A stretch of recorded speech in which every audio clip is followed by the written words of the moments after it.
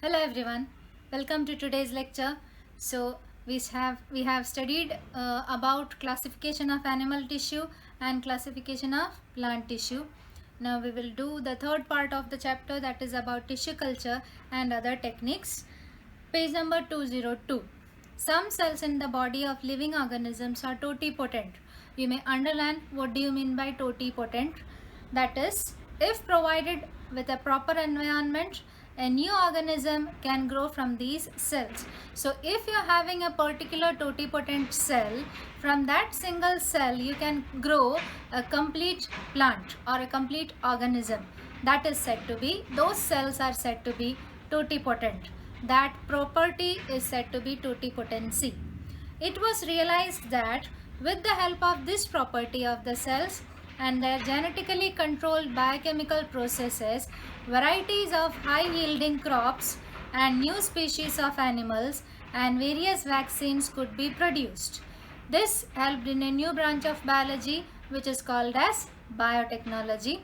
Now, what is biotechnology? You may underline the definition. You may see you have the definition and its uses. This is a 3-mark question. The question is there in the exercise. The first paragraph complete. Okay. The techniques, from the techniques you may mark, the techniques of bringing about improvements in living organisms by artificial genetic changes and by hybridization for the welfare of human beings are together called biotechnology. It includes the techniques of genetic engineering and tissue culture.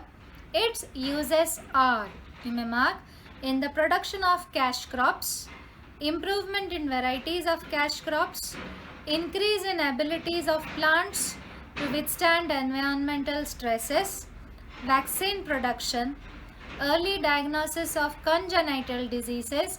Congenital diseases means the diseases which occur at the time of birth, at the time of our formation itself, organ transplant, cancer research, production of artificial skin, cartilage, etc. in laboratories. This is a 3-mark question. There are 3 sentences.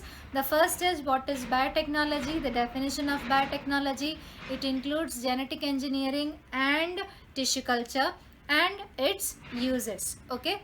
Now the next is tissue culture. Suppose you want to grow a garden like the one shown in the picture around your home or school. What would you do to achieve that? You would sow the seeds, or either you could transplant the small saplings which you get in the nursery. Okay. Now you must have seen some flowers of the same variety but of 2 or 3 different colors born on the same plant. How is this possible?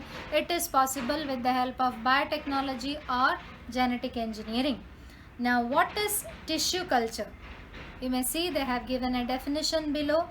Ex vivo growth of cells or tissues in an aseptic and nutrient-rich medium is called as tissue culture. So in tissue culture, a particular cell is taken. That cell is provided with proper nutrition, okay, proper conditions which are necessary for the growth of that cell into a particular plant. Okay, that is done in a laboratory outside the body of a living organism. That is why it is said to be ex vivo. Ex vivo means growth outside the living organism. Okay, that means in a laboratory. So ex vivo growth of cells or tissues in an aseptic and nutrient rich medium is called as tissue culture. Nowadays, a complete organism can be developed from a single cell or from tissue with the help of tissue culture technique. Now in tissue culture, a particular medium is taken. Medium means you have to take a flask or a test tube. Inside that you have to pour that medium. It will become semi-solid, okay, it will become gel-like, which contains all the type of nutrients. Okay, so it is a broth. You know the meaning of broth. It is a liquid which contains all the nutrients, okay, which is able to grow the cells. So that medium is made up of agar. A liquid, solid or gel-like medium prepared from agar which supplies nutrients and energy necessary for tissue culture is used in this technique. Now, figure 17.7, it is an important diagram. You have this year also, next year also you are having the same diagram. Okay, so this question could be asked for your board exams of 10th standard also. So the diagram is that important. You may mark it, learn it accordingly. It is the processes. It is a diagram on processes of tissue culture. So first of all, they have shown a plantain. Okay, that means a banana plant. So the banana plant, which is the source plant, that means the plant of which we have to do the tissue culture. That plant is taken, the bulb or corm of that plant, that means you know about kanda. Okay, you might have heard about kanda. That means the root. Okay, the root part which could grow into that plant, that is taken.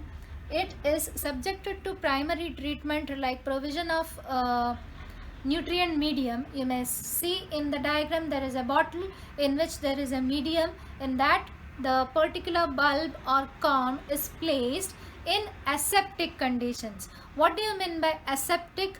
Aseptic means free from microorganisms. Okay, so the complete condition is sterile. Sterile means there is no any microorganism present around that particular cell. Okay, so that is the primary treatment. That primary treatment, after that primary treatment, inside the bottle itself, that cell will undergo reproduction or multiplication. Okay, it will grow, and there will inside the bottle there will be shooting and rooting. Shooting means it is growth of the shoot, and rooting is growth of the root. Okay, now shooting or rooting will take place. Then it is subjected to primary hardening. Primary hardening means from the gel or the medium, it is transferred to a particular solid like medium. Okay, that is primary hardening. After primary hardening, it is transferred into a bigger sac-like structures. Okay, that is secondary hardening, and those secondary hardening, that is transferred from the laboratories to the different nurseries, and from the nurseries it is taken by farmers and it is planted, and it will grow into the source plant. So this is the process which is followed in a tissue culture technique. I will repeat again. There is a particular source plant. The reproductive part of that source plant is taken. Okay, here it could be the bulb or the corm of plantain. You have to undergo primary treatment of that. You have to take it in a sterile bottle in which there is a nutrient medium on which it is allowed to grow. It will grow. That means it will undergo reproduction or multiplication, shooting and rooting. After that, it is transferred from the bottle into a sac-like, small sacs-like structures, which is called as primary hardening. After primary hardening, secondary hardening. After secondary hardening, it is able to give rise to a complete plant. These are the processes which are followed for tissue culture. Now, below that, changes in agricultural management due to biotechnology. What are the different changes which have occurred in agricultural management due to biotechnology? I have written the points here. The GM crops. GM crops means genetically modified crops. Okay. GM crops with desired characteristics. We are able to get different crops with desired characteristics. For example, in watermelon, we want the particular red color. Okay, we are obsessed with the red color. So we want more and more red. We want the pomegranate to be more and more red, bigger in size. Okay, so these are the desired characteristics. The particular gene. Okay, the particular gene which is working for, you have studied the structure of DNA. In DNA there is a gene.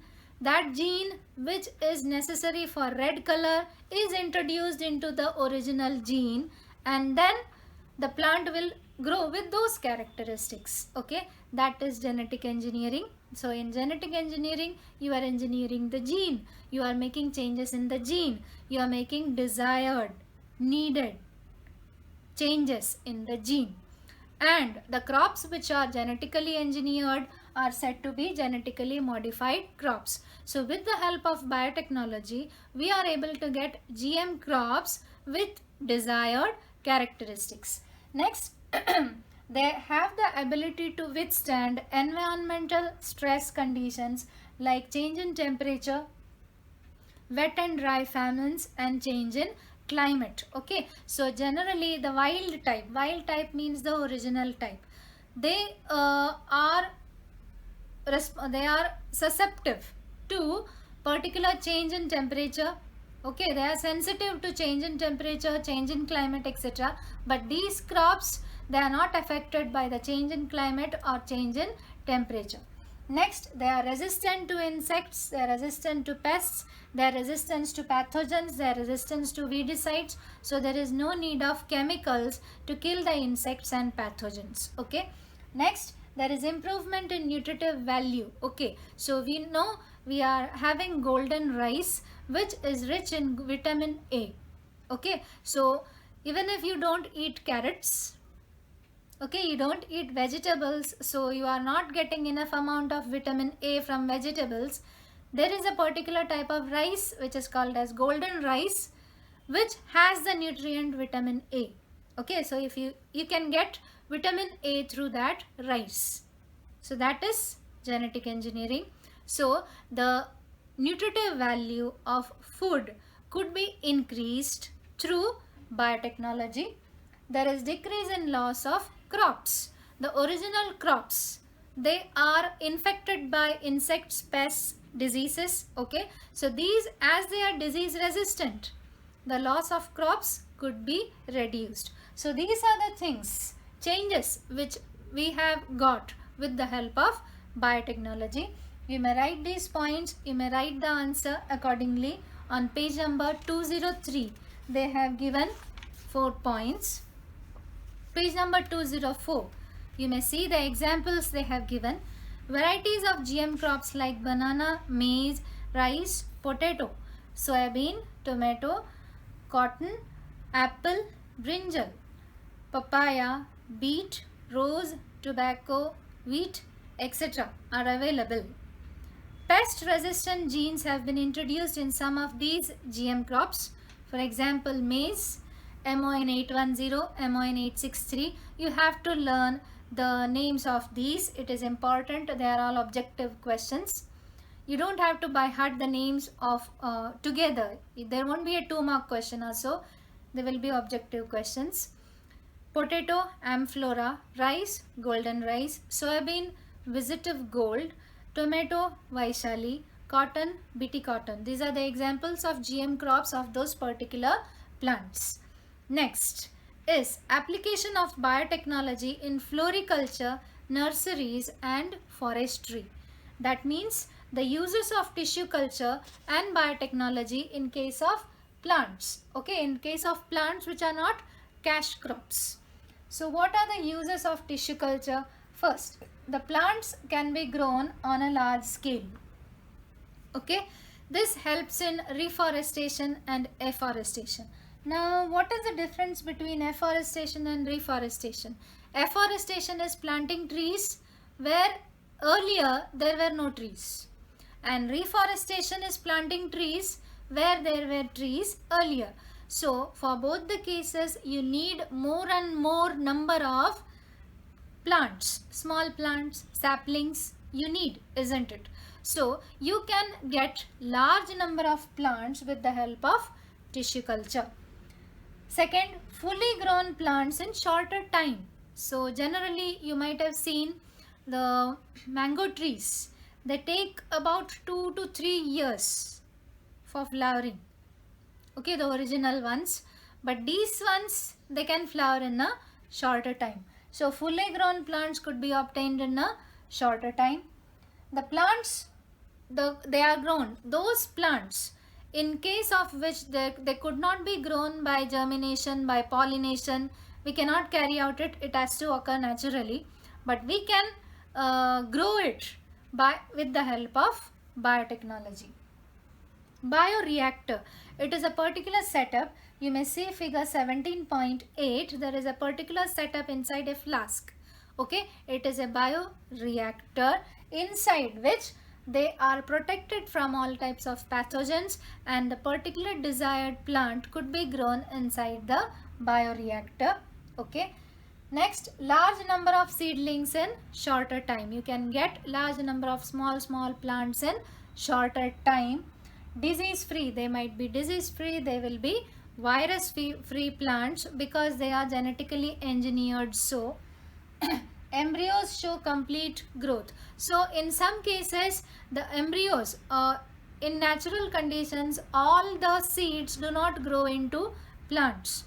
Okay, cannot grow into plants even if they are planted in the soil. But these embryos, these seeds which are grown by the help of tissue culture, they grow compulsorily into plants. Rare and endangered plants. Okay, there are rare and endangered plants. If you want to protect them, you have to, if you want to maintain from extinction, okay, you shouldn't allow those plants to get extinct. It can be done with the help of tissue culture or biotechnology. You can maintain those plants. Understood? So these are the uses of tissue culture in plants. What is the question? Application of biotechnology in floriculture, nurseries and forestry. Diagram 17.8. The diagram is given and the question is asked. Towards the left, fourth point you may see. In a bioreactor, cells can be grown in a more nutritive medium and protected from pathogens.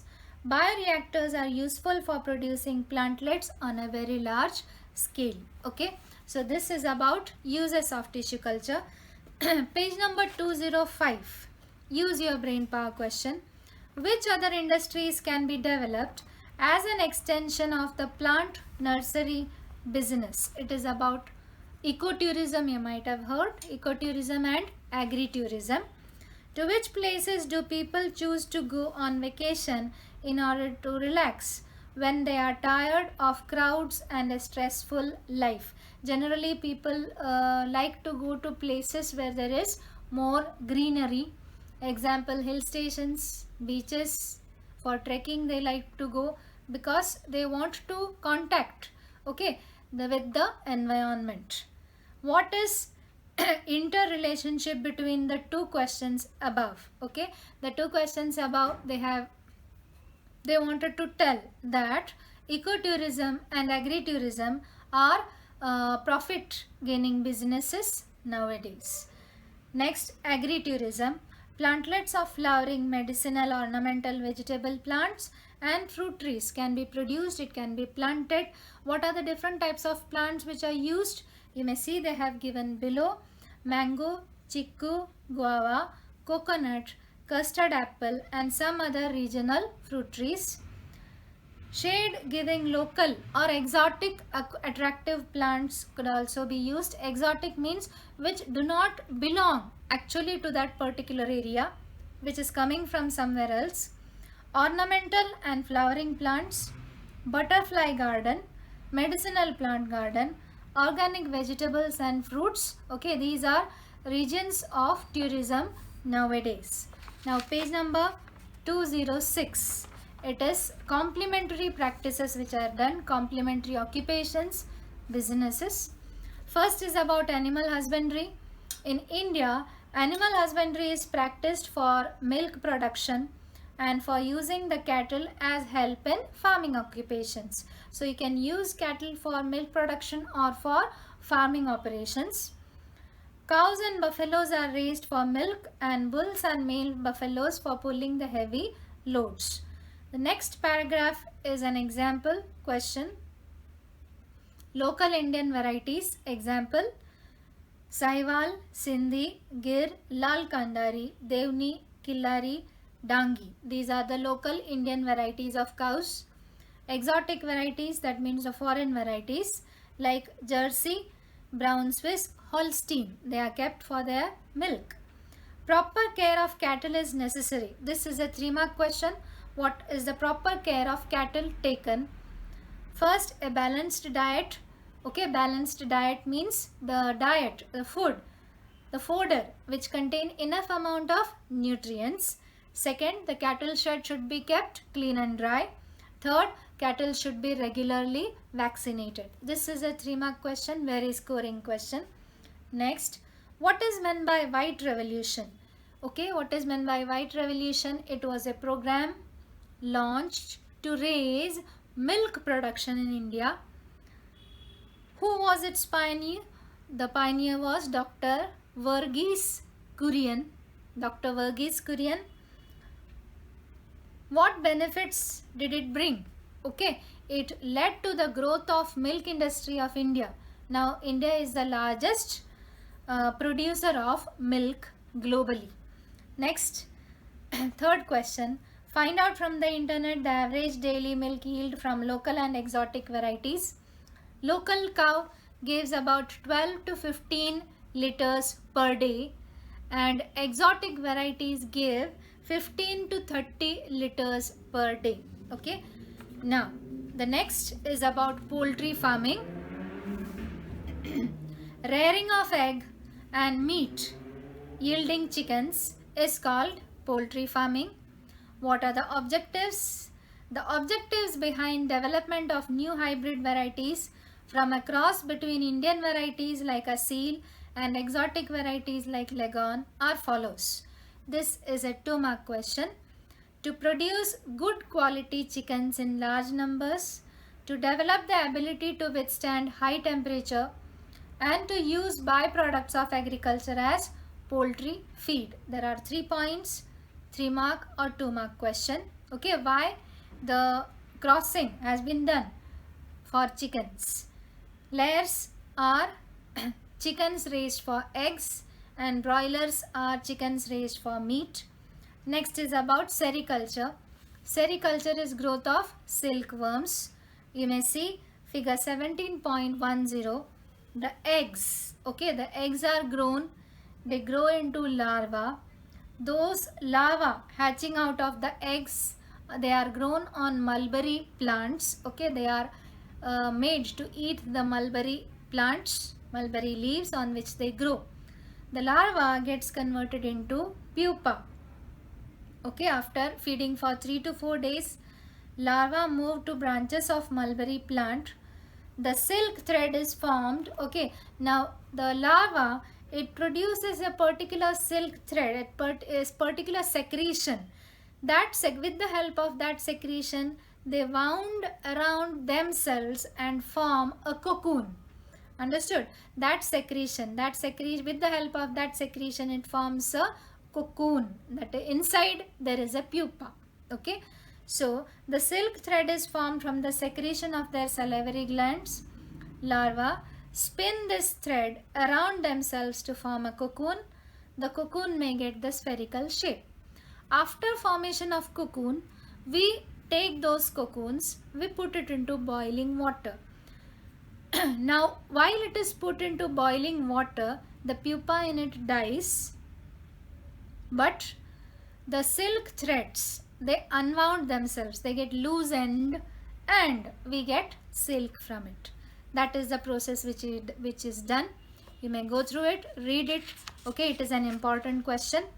Page number 208, there is a use your brain power question. You may see, why are the cocoons transferred to boiling water before the pupa develops into an adult?